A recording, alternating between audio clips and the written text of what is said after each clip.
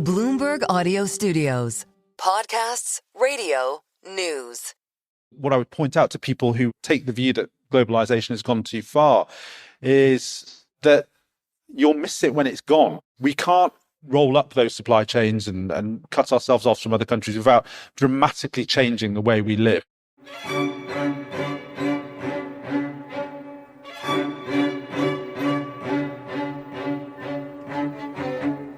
I'm Stephanie Flanders, Head of Government and Economics at Bloomberg, and this is Trumponomics, the podcast that looks at the economic world of Donald Trump, how he's already shaped the global economy, what on earth is going to happen next. This week, why you'd miss globalization if it went. Probably a lot more than you think.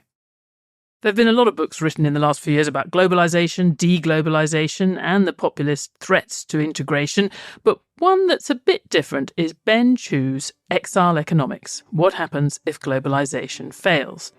Ben is the policy and analyst correspondent at BBC Verify and was previously economics editor of BBC Newsnight, a job I used to have a million years ago.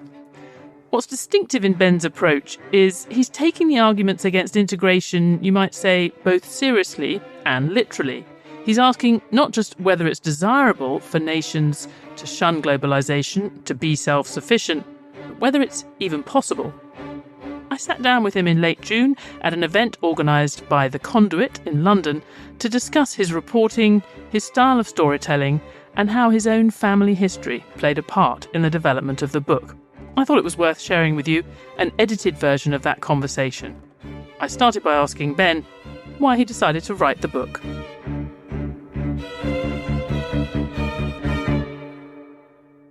On that question, I feel incredibly honoured to have had a sort of front row seat to see the impact of globalization firsthand. And of course, what does that mean? We've all seen globalization in our lives, but because my family came from China, my father's family came from China in 1960. He came over to the UK. I was born here, but he's still got family back in China.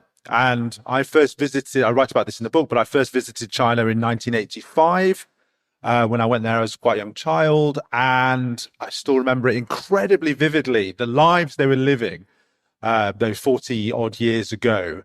And it was incredibly frugal, really. You know, family of six lived in about 3 rooms. They would pull out mattresses from under the beds and all sleep on the floor just simply because that's the only way they could live. They didn't have things like washing machines, microwaves. We were living in Hong Kong at the time, so they asked us to sort of go to this special friendship store, which is the only place where you could get Western white goods, and you had to be a foreigner to buy them, i.e. not from China. And then we sort of bought it and then gifted it to them. And it's crazy now because you think about, if you've ever been to China, I'm sure a lot of you have been, just like how consumerist it all is. You can get anything there that you can get here.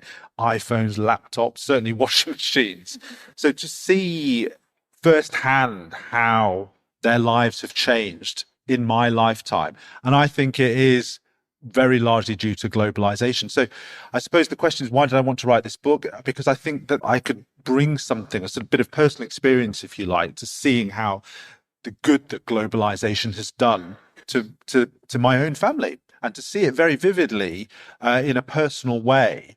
Really brings it home. And when we hear people like Robert Lighthizer, who was Donald Trump's first trade advisor in his first term, he wrote this book that says, with the title "No Trade is Free," and he very explicitly states that it was a mistake to trade with China, or to allow China specifically into the World Trade Organization in 2001. It was a mistake. And I just found that incredibly jarring, because what comes into my mind when I hear that is my own family back in Guangzhou in southern China. So think, well, it really wasn't a mistake for them. And now we can talk about the ways which China does create very serious problems for the world trading system in many, many ways. But I think on a very personal and human level, I think I really wanted to tell that, the other side of the story, actually, and bring that personal experience to bear, I think. And of course, I find that criticism about the entry to WTO jarring for a whole other reason, because when I was at the US Treasury, we were just negotiating the China entry to the WTO. And since then, almost everyone thinks that that was a mistake, including many of the people who were involved in negotiating it, because various assumptions were made about what was going to happen to China after that they would basically become more like us, and sort of market-driven, that being part of the global economy would push them on this same path that we've all been on, and that clearly has not happened. And you engage very directly with that in the book. We should park that briefly, but I guess we should also slightly lay out your stall in terms of, what's the architecture of the book? How did you decide that there are real things that people are responding to when they're nervous of globalization? Yeah, absolutely. So the gestation of this book was really in the pandemic, when the question that was arising in lots of people's minds was, hang on, has globalization gone a bit too far? Are we a bit too interconnected? Has it made us vulnerable where we thought it was making us more prosperous? We all remember in the pandemic, the shortages of things like masks, medicines, and hard on the heels of that, of course, we had Russia's invasion of Ukraine in 2022, where there was a big shock to global oil prices and food prices. And there was a real sense that we were a bit too exposed, and maybe we should start to produce more at home, that those supply chains shouldn't be as extensive as they are, and that maybe, as I said, globalization had gone a bit too far. I really started the idea of writing this, and it came out of actually a BBC radio series I did called The New Age of Autarky, with a question actually rather than an answer. And that question was, is it possible to actually do those things, to be more self-sufficient in terms of things like food and energy and medicine, you name it? It was a good faith exploration of whether it was possible or not. And as I started to write it, explore these supply chains in more detail and go into some of the complexities of the way the global value and supply chains are constructed, it became more and more clear to me that actually the answer probably is no.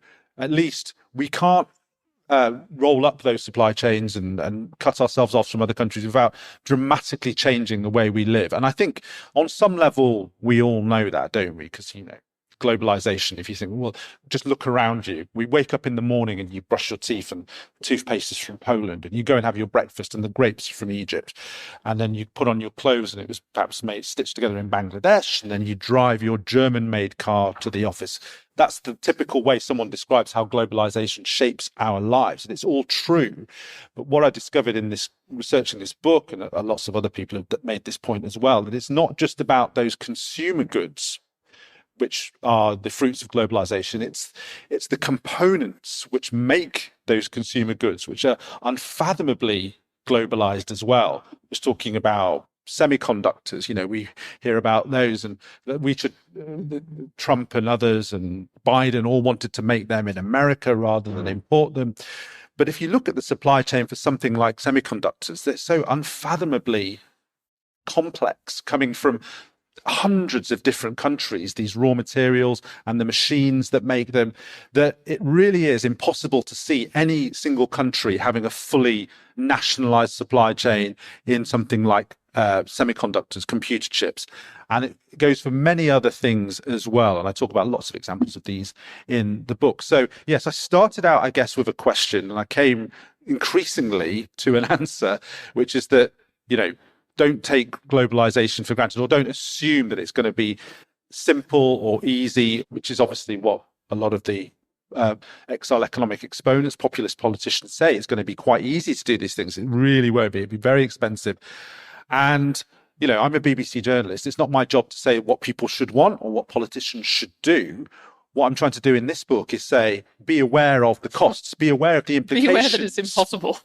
Well, if people genuinely think that it's worth it, then that's fine. But I would like them to do it with the full facts in mind. You mentioned semiconductors. I think with electronics generally, people will sort of understand that it's a pretty complicated supply chain. And in fact, that is what we're discovering, with the tariffs. Donald Trump sort of outraged at the thought that even with various high tariff rates, Apple's still not going to want to make iPhones in the US. And to your point, cannot make iPhones in the US because there's so many things coming from different parts of the world. But food, how hard could it be to be self-sufficient in food? Well, that was one of the most fascinating journeys I've been on actually in the book, because that was the one where I started out I'm sure many of you will have this sense that, do we really need to import so much food from abroad? The UK provides supplies about 60% of the food that we consume in the UK. So, pretty reliant on the rest of the world for food. And why not, as the farmers say, produce more at home, consume more at home? It'd be good for farmers, good for the economy, and good for food security. And I think that is quite an intuitive argument. It's a very common argument that you hear. What I discovered in the book is that it's really, for a large part of the world, it's just not feasible to rely only on the food that can be grown in that individual country. So there's a striking statistic from a study done in 2020, which said, imagine if everyone on the planet had a 100-kilometer circle drawn around them. What proportion of the world's population could feed themselves from staple foods grown within that 100-kilometer radius? And the answer is, it's only 25%. So only a quarter of the global population could feed themselves within that area. So how big would that circle need to be around every single person on the planet so that they could feed themselves on staple foods like wheat and corn and potatoes and what have you? It would have to be 2,000 kilometers. And what that tells you is, given the size of countries, given the size of the planet, is that if we're going to feed ourselves as a world, as a planet, we're going to be incredibly reliant on trade in food. This idea of food self-sufficiency is a non-starter for probably most people on the planet. And that's really sobering thought, isn't it? Because we often hear this line, as I said, we just do it at home, just do it at home. Well, it's not going to happen. At least we're not going to have the kind of diets that we're used to, increasing reliance on meat in large parts of the world, the variety of food, but simply we can't feed ourselves as a planet with just national production. Although that fact does cast some light on why Donald Trump would want Canada, because I think the Americans would probably do quite well if they could just take all of the Canadian planes. Well, that was another interesting thing about it, because America, on the face of it, is very abundant in food. It produces more than it consumes. It's a big agricultural exporter to the rest of the world in net terms. But even America relies on fertilizer imports, quite a lot of them from Canada. So even if you say America doesn't need the rest of the world when it comes to food, well, it actually needs chemicals from the rest of the world to make its agriculture so productive.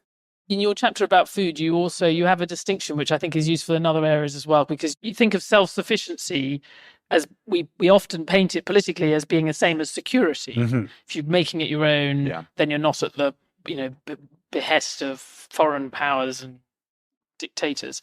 But you make the point, especially with food, that food security is very different from that and is often just related to poverty. Yeah, I had a look at countries ranked by food self-sufficiency, so how much of their own consumption they're producing at home, and also about their levels of food security, the proportion of the populations who are struggling to feed themselves. So just to take two examples, which I plucked out in the book, which I think are really illustrative. So there's Zambia in Africa, which is only 7% reliant on imports, according to the measures which I was looking at. So it basically produces more or less all that it consumes when it comes to agriculture.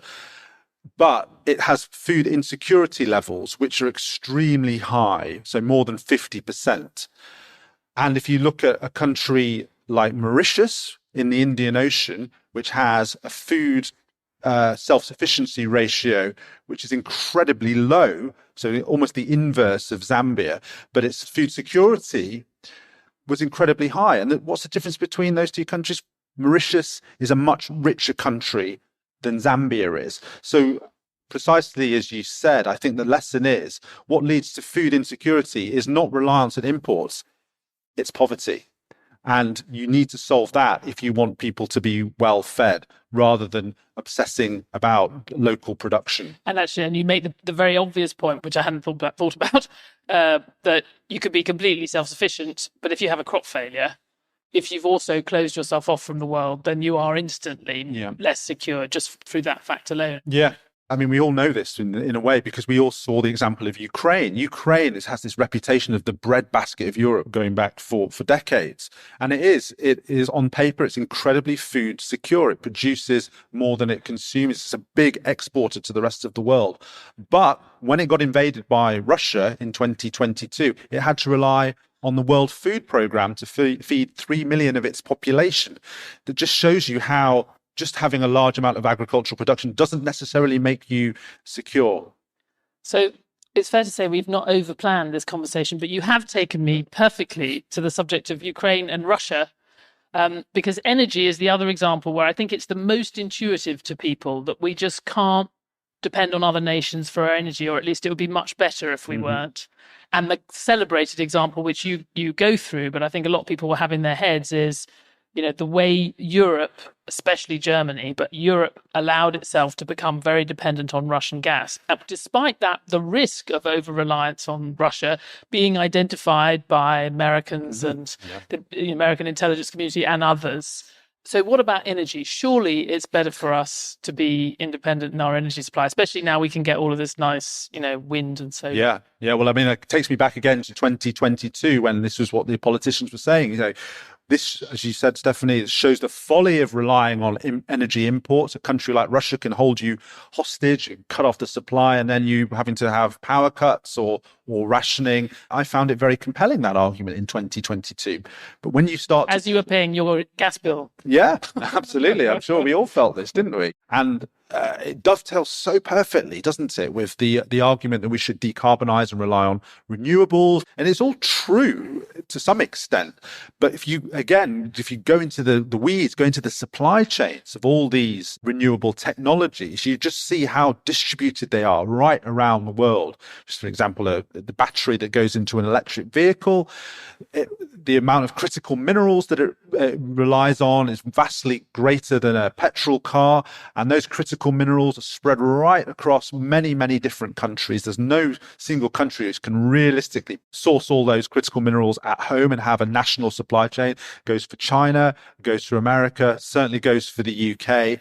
And so you just go through all these renewable technologies and you realize that actually we are going to be reliant on imports if we're going to have a renewable energy generating sector.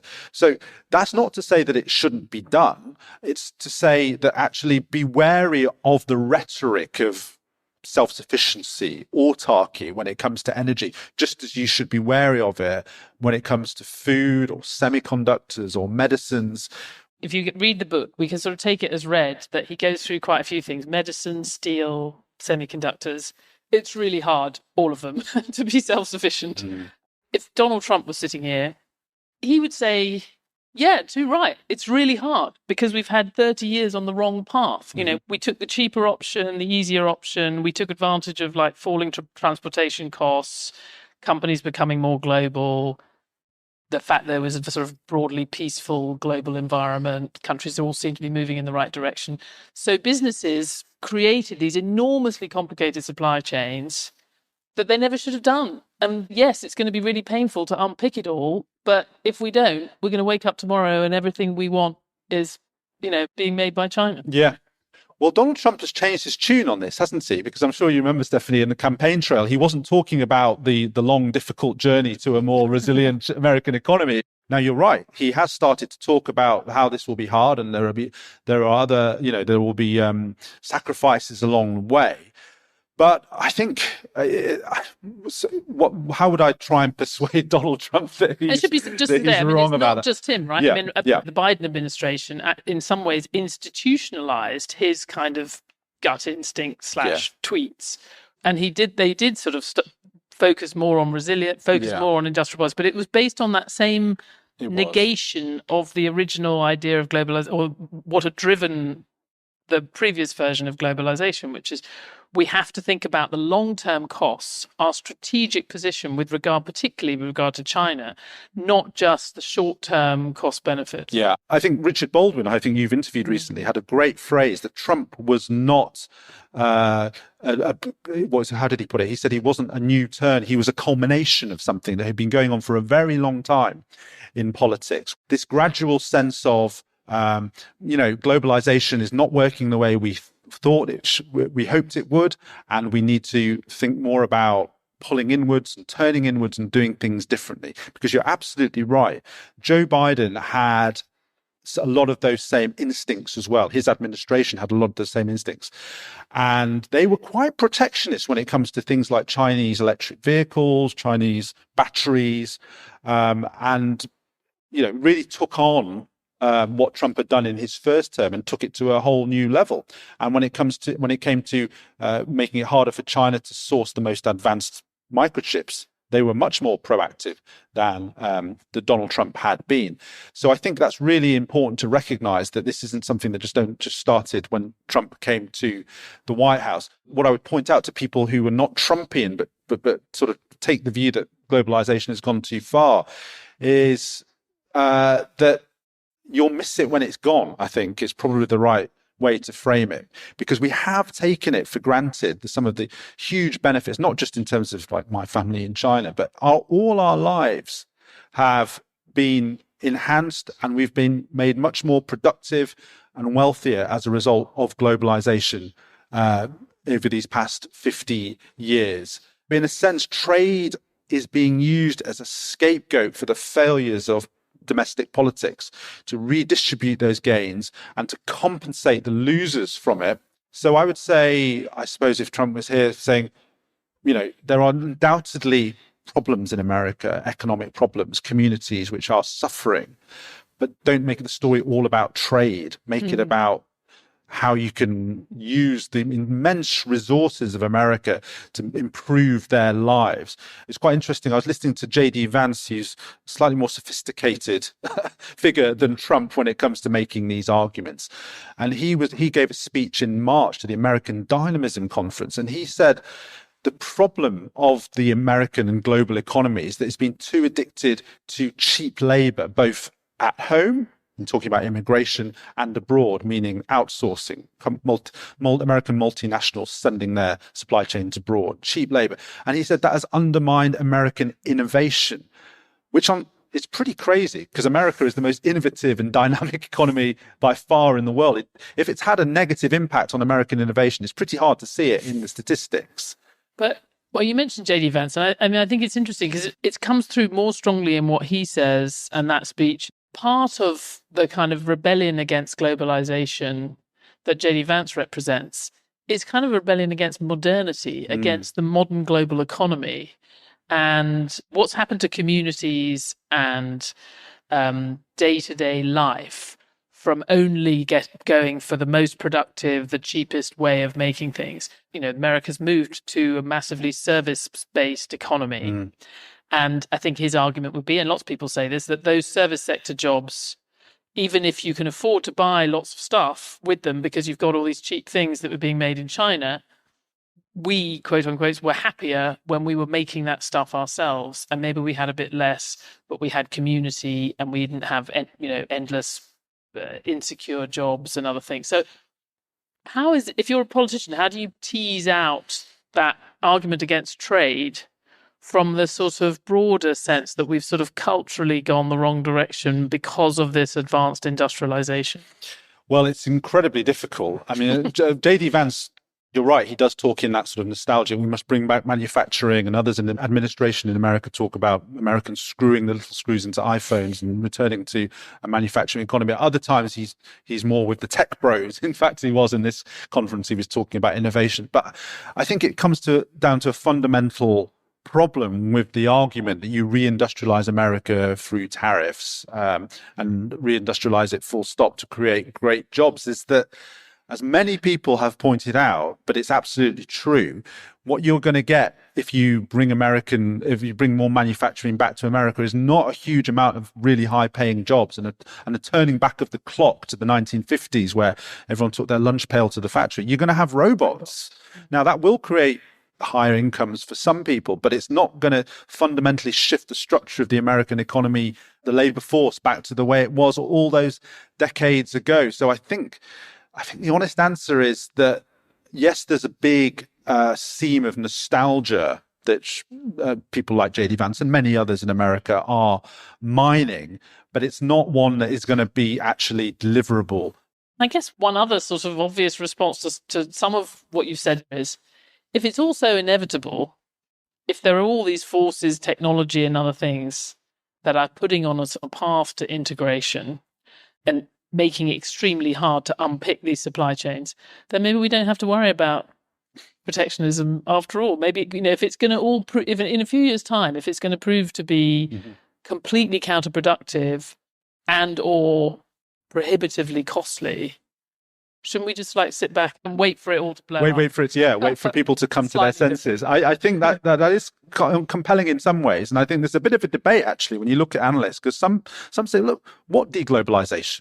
In some measures, in terms of data flows across borders, if you look at the actual complexity of supply chains, we have never been more globalized than we are today, notwithstanding these many years of politicians making these policies to withdraw us inwards and attempt to reshore and friendshore, etc.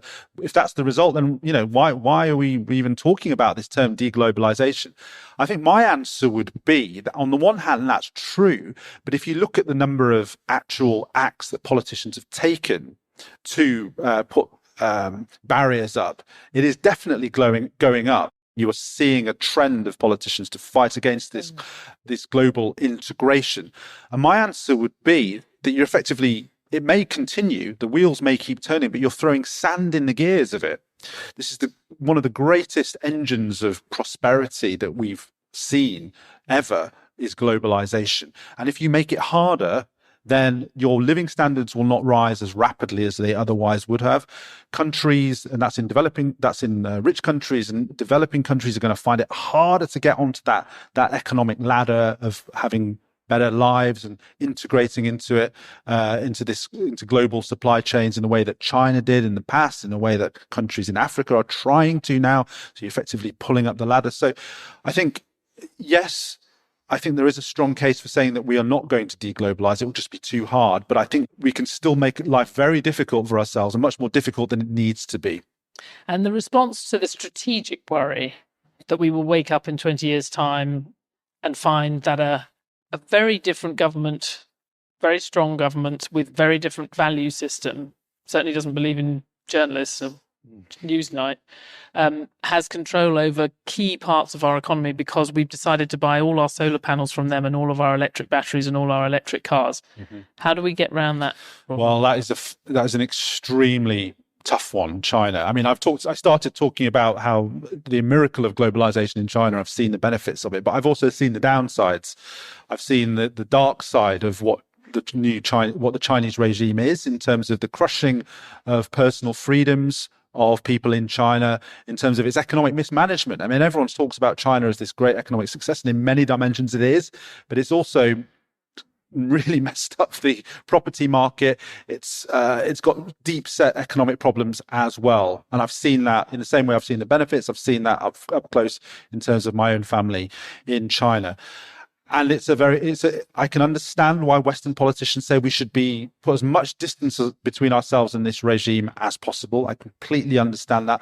At the same time, if we take an issue like decarbonisation, China has such a head start when it comes to the technology of solar panels and electric batteries and also wind turbines, that it's simply not feasible for the world to decarbonise by 2050, as nations have signed up to do, without relying very, very heavily on Chinese renewable energy kit. That's just a reality, and governments are going to have to choose there. And also, I think that China is so integrated into global supply chains that this fantasy, I think it is a fantasy saying that it's simply a case of you just turn the switch and it's removed. And I think Donald Trump has actually found this out since Liberation Day. He started out very bullishly about the ability of him, decoupling from China, as he put it. And within a couple of months, they're making a deal. And I think a lot of American retailers went to see him, called him and said, the reality is, if you don't change course on this, you're going to have empty shelves. You're going to have prices spiking. And I think that message got through, actually. I was in Hong Kong last week and I was struck by, there's quite a few people I sort of asked, they were investor types, market types, but what surprised you most in the last 6 months, or even last 12 months. And none of them said anything to do with Donald Trump. It was all how fast China has progressed in X technology or Y technology. There's so many articles you read now or reports on any subject, whether it's trade, technology, innovation, and you could just have a subheadline, China's going to win. I mean, is that what you're basically saying, that we should just accept that China's going to end up dominant in all these areas and we will just lose out by trying to be more diversified and less reliant on it? Well, I think going back to the what JD Vance was saying and linking that to the EV picture of China's got that amazing lead in electric vehicles. BYD, you'll be seeing a lot more of those, I think, on our streets. Their electric vehicles in the coming months and years. But what JD Vance was saying was that innovation needs a barrier. It needs trade walls with the rest of the world, and then American companies will innovate more. I think the evidence suggests the exact opposite will happen. If America walls itself off, it will not be subject to competition from companies like BYD, from Chinese battery makers, etc., and they will stagnate behind those walls. What you are more likely to get, and you have a bit of confidence and faith in Western companies, actually, faced with that competition, I think they can do well. I think they can innovate and they can properly compete. Don't forget, China only moved into this space, 10, 15 years ago. It's been an incredibly rapid development. So if you think about it in those terms, I don't see why Western car makers or Western technology companies can't compete with China and through competition. I think what's more likely to happen is if you put up trade barriers and you don't compete, you will stagnate and you will fall further behind. Okay, well, that was fantastic. Thank you very much, Ben. Thank you, Stephanie. And thank you all. Thanks for listening to Trumponomics from Bloomberg. It was hosted by me, Stephanie Flanders, and I was joined by Ben Chu at The Conduit in London. Trumponomics is produced by Summer Sadi and Moses Andam, with help from Amy Keane. And special thanks this week to Asha Delanarol and Lily Blacksell at The Conduit. Sound design is by Blake Maples, and Sage Bowman is the head of Bloomberg Podcasts. And please, to help others find and enjoy the show, please rate it and review it highly wherever you found it.